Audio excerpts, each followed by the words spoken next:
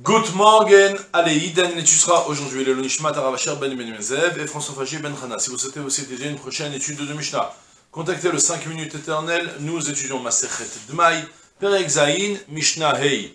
Ayulo te'enim shel tevel betoch beto ve'u bevet hamidrash o basade. Omer, shte te'enim shani atid lafri sharen truma, ve'eser maaser rishon, ve'tish'a maaser sheni.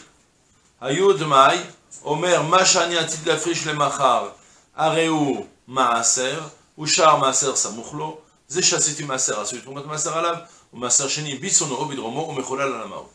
On a une Mishnah qu'on connaît déjà tous les principes. La première partie de la Mishnah, c'est une répétition de la Mishnah précédente. Et la deuxième partie de la Mishnah, cette fois-ci, c'est une répétition d'une Mishnah de deux en arrière. On va expliquer pourquoi il a fallu tout le dire. D'abord, je traduis la première situation, c'est comme avec le cas qu'on avait hier, avec le tonneau de vin qu'on a acheté avant et qu'on a oublié de prélever avant Shabbat. Et donc, on a oublié maintenant de prélever avant Shabbat.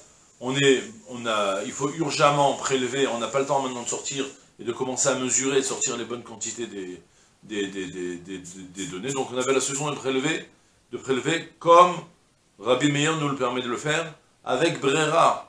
Je dis qu'il y a ici de la Trouma, un cinquantième de Trouma, un dixième de Maaser Rishon, et un dixième de ce qui reste, qui sera Maaser Sheni, et tous, je les définirai quand j'aurai l'occasion, et du coup j'ai le droit de commencer à boire. Mais ça c'est à condition que je pense que Yesh Brera, que j'ai la possibilité de faire, de définir que maintenant il y a ici de la Trouma qui est pour le moment indéfinie, mais il y a la Trouma, elle est quelque part, et que je la définirai plus tard où est-ce qu'elle est. Et pour le moment je commence à boire ce qui m'est permis. Ça c'est que si je pense, si je pense, Yesh Brera Minatora, dans ce qu'est le vrai Tevel. Et la Mishnah, donc, la première partie de la Mishnah, elle va toujours selon Rabbi Meir, c'est la même comme la Mishnah précédente, que quoi? Ayulo te'enim shel tevel betor beto. Il avait des dattes, des figues de tevel chez lui à la maison.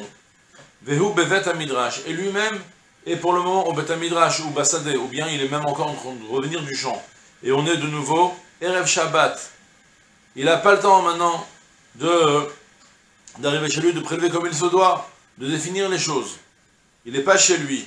Donc du coup, Omer, il dit rabbin, deux dates, deux figues, que je vais désigner ensuite, Areen Trouma, je le définis qu'elles sont Trouma, Ve'eser Maaser Rishon, et 10 elles seront Maaser Rishon, Ve'tisha Maaser Sheni, et 9 qui seront ensuite, elles seront Maaser Sheni. Il faut toujours parler, comme on a dit, on a 102 fruits devant soi, donc ça fait 2 qui seront la Trouma Gdola, après il nous reste 10, ça fait 10 et plus 9, pour le dixième de ce qui restera après le 10 du Maaser Rishon, il restera 90. On prélève maintenant le dixième du dixième, ça fait maintenant donc 9. Ok? Ça, c'est quand c'est du Vadaï Tevel. Si vous faites attention, il y a quelques précisions importantes, c'est qu'on n'a pas proposé dans ce cas-là, qu'une fois qu'on a défini le Maaser Sheni, de transférer la Gdoucha sur des fruits. Pour la simple et bonne raison que pour le moment, on n'a pas encore défini où les fruits sont-ils. À la différence du cas prochain, que cette fois-ci s'admet même d'après Ramim, parce que c'est du Dmaï, Ayou Dmaï, si maintenant les fruits étaient du Dmaï, donc le Dmaï, on a le droit de le prélever à Ben Hashmashot. Alors, dans ce cas-là, il pourra, même Omer, il pourra le dire, Omer, Machanezi la friche le machar.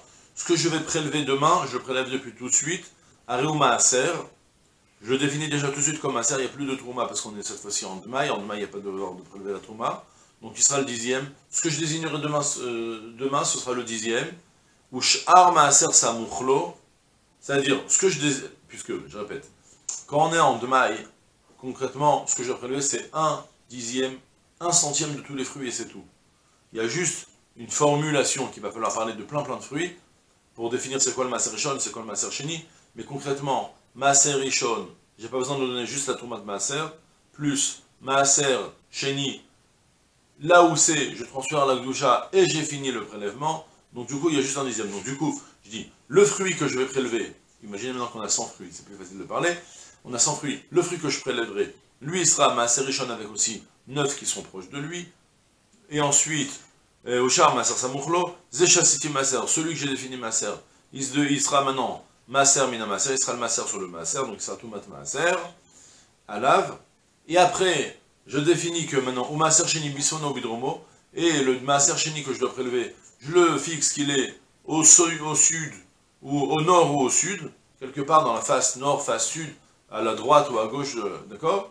Et une fois que je l'ai défini là où il est, puisque je l'ai défini depuis tout de suite, eh bien, ou Mechoula la Maot, je transfère sa gloucha sur l'argent que j'ai dans mon tiroir, où je prélève tous les fruits de ma sarchini, je transfère la gloucha là-bas, et ça y est, les fruits, ils ont le droit de les manger, et quand ce sera Shabbat le lendemain, tu prélèveras la Troumatomasa, comme on avait évoqué.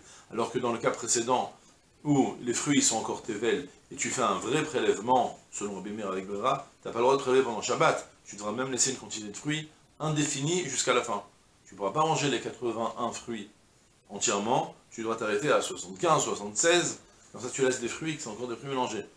Parce que tu n'as pas le droit de fixer là où ils se trouvent. C'est la différence fondamentale entre le prélèvement avec Brera, selon Rabbi Meir, du Vadaï Tevel, et le prélèvement avec Brera, selon nous, pour le Dmaï. Pour quand c'est du Vadaï Tevel, tu n'as pas le droit de fixer un endroit. Tu n'as pas le droit de fixer un endroit, ça implique donc de ce fait que tu ne pourras pas prélever pendant Shabbat, et tu ne peux pas non plus transférer la Gdusha du Maaser Sheni, parce que pour le moment ça n'a pas encore été défini. À la différence que du Dmaï, que tu as le droit, Ben Hashmashot, de prélever et le définir, lui fixer un endroit, dans ce cas-là, tu pourras même aussi lui fixer une place, transférer la Gdusha et manger tous les fruits, parce que ça y est, tu avais le droit de prélever le Dmaï pendant Ben Hashmashot. D'accord?